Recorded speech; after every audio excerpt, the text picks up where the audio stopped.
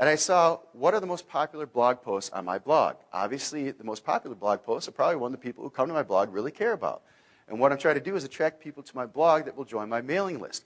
So if you went to my blog, what do you think you'd see on every single page of my blog? An opt-in list. Every single page. There's not a page in that blog that doesn't have a chance for you to opt into my mailing list. Since I want them to see things that are important to them, all I did was go install a piece of software. I can't think of the name of it. If you remind me, I can mail it. And it just tells you the most popular posts. And I said, okay, if these are the most popular posts on my blog, and this blog is what I'm trying to promote, then I might as well take those headlines, put them on my Myspace page that I built specifically for undergroundconfessions.com. These are clickable links. Tell them who I am. They come to Myspace. They click the link. They go to my blog. They get the content they were looking for. They sign up for it. That's how you drive traffic with social media. You've got to get a message out there, and you've got to give them a reason to come back to your website for whatever it is. I have dozens and dozens of Myspace pages. I don't know anything about them. I have guys that build them for me. Kids out of college. I hired 5 or 6 kids right out of high school. Actually, some were in high school at the time. That work for me. They do the social 2.0 stuff for me. That's what they do. I just tell them, well, let's make money. So when I say go build a web page for me, what do you think they do? They're not marketers. They get flashy stuff that has nothing to do with me. It will give the people who visit the page no reason to visit the page to sign up for my list.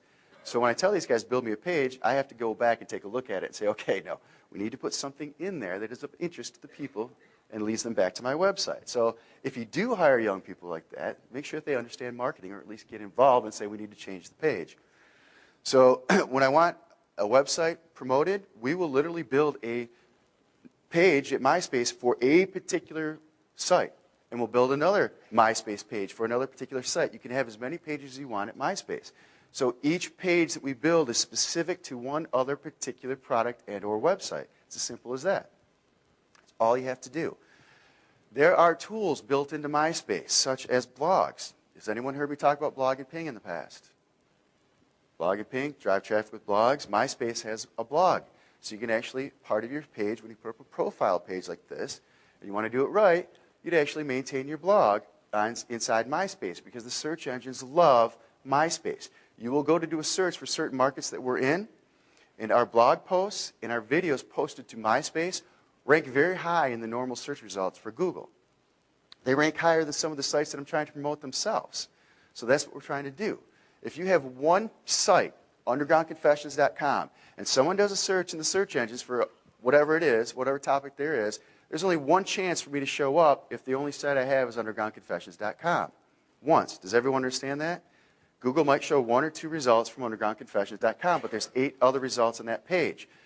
By leveraging social media sites like Myspace and Facebook and Zanga and Squidoo and everything else, what happens is someone does a search for the topic that I'm trying to promote, and they go out there. Google pulls up search results. They say, okay, here's a search result from undergroundconfessions.com, but here's 9 other results that have nothing to do with Underground Confessions. But if I'm lucky, my Myspace page also shows up in the search engine results.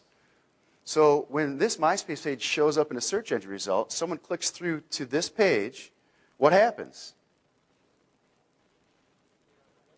They visit Myspace, don't they? But what did I do with this page? I optimize it to drive them over to my website, undergroundconfessions.com. So now instead of just having my undergroundconfessions.com site itself show up in the search results, I now have a Myspace page also that is geared 100% to get the people over to my Underground Confessions blog.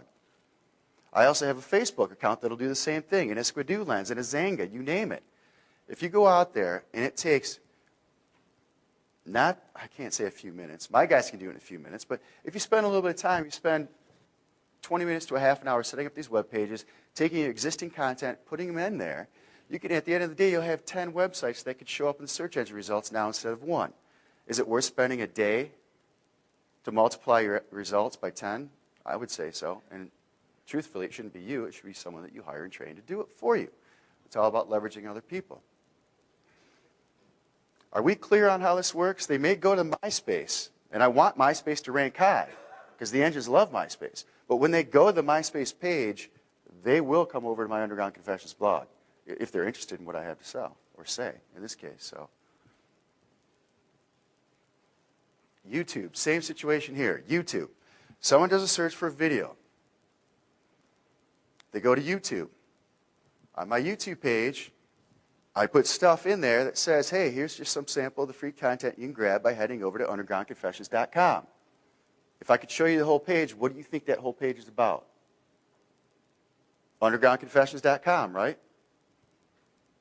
So if someone searches for Jeff Johnson videos in Google right now, this YouTube page shows in the top 10. I'm not sure where, but it shows up.